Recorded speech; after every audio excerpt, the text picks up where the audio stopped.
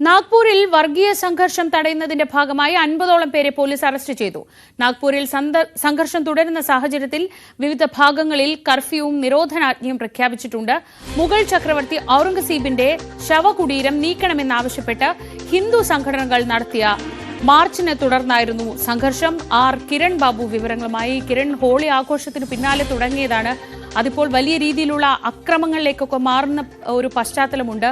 ഇപ്പോൾ നിലവിൽ നാഗ്പൂരിലെ അവസ്ഥ എങ്ങനെയാണ്? ശ്രീജ, നിലവിൽ നാഗ്പൂരിലെ അവസ്ഥയിൽ നിയന്ത്രണ വിധേയമാണ് എന്നുള്ളതാണ് പോലീസ് നൽകുന്ന റിപ്പോർട്ട്. എന്നാൽ ഇപ്പോഴും സംഘർഷാവസ്ഥയ്ക്ക് മാറ്റമുണ്ടായിട്ടില്ല. വലിയ അക്രമ സംഭവങ്ങൾ ഇന്നലെ രാത്രി ഒന്നും ഇതുവരെ റിപ്പോർട്ട് ചെയ്തിട്ടില്ല. 50ഓളം പേരെ കരുതൽ തടങ്കൽ പോലീസ് അറസ്റ്റ് ചെയ്തിട്ടുണ്ട്. ഇതിന്റെ ഭാഗമായിട്ട് പ്രധാനമായും ഔറംഗസീബിന്റെ ശവകുടീരം പൊളിച്ചു മാറ്റണമെന്ന് ആവശ്യപ്പെട്ടുകൊണ്ടാണ്. കഴിഞ്ഞ കുറേ കാലമായി ഏതെങ്കിലും ഒരു ശക്തമായ രീതിയിലേക്കല്ലാതെ വിവിധ ഹിന്ദു സംഘടനകളുടെ ഭാഗത്ത് നിന്ന് ഈ ഒരു ആവശ്യം ഉയരുന്നുണ്ടായിരുന്നു. അതാണ് ആ ആവശ്യം ഉന്നയിച്ചുകൊണ്ട് ഒരു മാർച്ച് നടത്തുകയും ഈ മാർച്ചിനിടയിൽ ഖുറാൻ കത്തിച്ചു എന്നൊരു പ്രചരണം പുറത്തൊക്കെ വ്യാപിക്കുകയും ചെയ്തു. ഇതേ തുടർന്നാണ് സംഘർഷം വ്യാപകമായത്.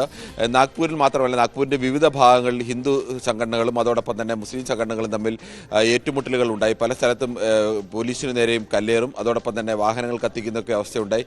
ഇതുവരെയും അങ്ങനെ മരണമോ അല്ലെങ്കിൽ ഗുരുതരമായ പരുക്കോ ഒന്നും റിപ്പോർട്ട് ചെയ്തിട്ടില്ല. പക്ഷേ ഏത് സമയവും സംഘർഷം വ്യാപിക്കാനുള്ള സാധ്യത മുൻകൂട്ടി കാണുന്നുണ്ട്. നിരോധനാജ്ഞയും കർഫ്യൂവും പോലീസ് ഇന്നലെ തന്നെ പ്രഖ്യാപിച്ചിട്ടുണ്ട്. ഈ മേഖലയിലെല്ലാം തന്നെ ഇരു ഭാഗങ്ങളിൽ നിന്നുള്ള പ്രധാനമായും 50ഓളം പേരെ അറസ്റ്റ് ചെയ്തു എന്നുള്ളതാണ് ഇപ്പോൾ പോലീസിന്റെ ഏറ്റവും അവസാനത്തെ റിപ്പോർട്ടിൽ ലഭ്യമാകുന്നത്.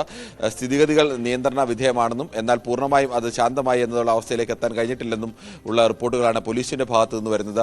ഇരുഭാഗങ്ങളിലെയും ആളുകളെ കൂട്ടിയിരുത്തി ചർച്ച നടത്തി പ്രശ്നം പരിഹരിക്കണമെന്നുള്ള ആവശ്യവും പ്രധാനമായും രാഷ്ട്രീയ കേന്ദ്രങ്ങളിൽ നിന്ന് ഉയരുന്നുണ്ട്. എന്നാൽ നാഗ്പൂരിലോ അല്ലെങ്കിൽ മഹാരാഷ്ട്ര സർക്കാരിന്റെ ഭാഗത്തുനിന്നും അത്തരത്തിലേക്ക് ഒരു നീക്കം ഇതുവരെയും ഉണ്ടായിട്ടില്ല. കിരൺ ബാബുവാണ് നാഷണൽ ഡെസ്കിൽ നിന്ന് വിവരങ്ങൾ നൽകിയത്.